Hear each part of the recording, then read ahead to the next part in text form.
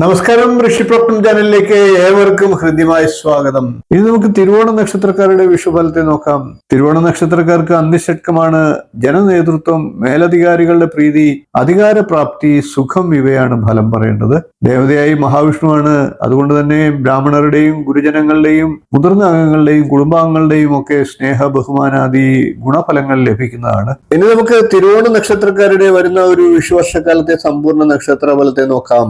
തിരുവോണ നക്ഷത്രത്തിൽ ജനിച്ചവർ സ്വപ്രയത്നം കൊണ്ട് ഉപജീവനമാർഗം കണ്ടെത്തുന്നവരും മാറി താമസിക്കുന്നവരും ധനവാന്മാരാകുന്നവരുമാണ്. നല്ല ദാമ്പത്യ ജീവിതം അനുഭവിക്കുന്നവരും സത്യം പറയുന്നവരുമായും ഭവിക്കും.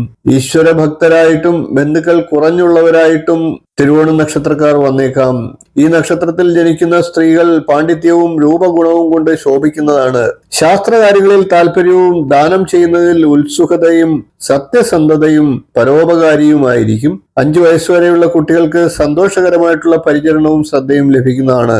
5 വയസ്സിന് മുകളിൽ 12 വയസ്സുവരെയുള്ള കുട്ടികൾക്ക് സാഹസ പ്രവർത്തികളിൽ കൂടി ദേഹദണ്ഡങ്ങൾ വരാതെ രക്ഷകർത്താക്കൾ ശ്രദ്ധിക്കുക.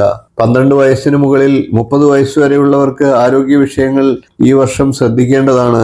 പഠന നിലവാരം ഉയരുന്നതിനും ഉയർന്ന വിദ്യാഭ്യാസവും ഉദ്യോഗവും നേടുന്നതിനും നല്ല കുടുംബത്തിൽ നിന്ന് വിവാഹബന്ധം ഉണ്ടാകുന്നതിനും സാഹചര്യങ്ങൾ ഉണ്ടാകാം. 30 വയസ്സിന് മുകളിൽ 46 വയസ്സുവരെയുള്ളവർക്ക് വിവാഹം നടക്കാത്തവർക്ക് വിവാഹവും ധനം, ഐശ്വര്യം, ഭാഗ്യം, ഭൂമി, വാഹനം എന്നിവയും ഉണ്ടാകുന്നതാണ്. 46 വയസ്സു മുതൽ 65 വയസ്സുവരെയുള്ളവർക്ക് ഈ വർഷം ഉദ്യോഗത്തിലും സമൂഹ മധ്യത്തിലും സ്ഥാനമാനങ്ങളും ജനിച്ച നാട്ടിൽ പ്രസിദ്ധിയും ഉണ്ടാകുന്നതാണ്. 65 വയസ്സിന് മുകളിലുള്ളവർക്ക് ചെയ്തുകൊണ്ടിരിക്കുന്ന കാര്യങ്ങളിൽ നിന്ന് സന്തോഷകരമായിട്ടുള്ള അനുഭവങ്ങളും സമാധാനവും ഉണ്ടാകുന്നതാണ്. തിരുവോണ നക്ഷത്രക്കാർക്ക് വ്യാഴം പൂർണ്ണമായും അനുകൂല ഭാവത്തിലല്ല. കരുതിയ പല കാര്യങ്ങളിലും ആസൂത്രണം ചെയ്തവയും സാക്ഷാത്കരിക്കാൻ ചില വിഘ്നങ്ങൾ ഉണ്ടായേക്കാം. ഉദ്യോഗാർത്ഥികൾക്ക് ജോലി ലഭിക്കാനുള്ള സാഹചര്യങ്ങൾ ഉണ്ടാകും. പക്ഷെ പ്രതീക്ഷിച്ച പദവി ആകണമെന്നില്ല. അല്ലെങ്കിൽ അന്യനാട്ടിലായേക്കാം. സ്വന്തം വ്യാപാരത്തിൽ പുരോഗതിക്ക് വേഗമില്ലാത്തത് മനസ്സിന് വിഷമം ഉണ്ടാക്കിയേക്കാം. കാരണങ്ങളൊന്നും തന്നെ തെളിഞ്ഞു വരണമെന്നും ഇല്ല.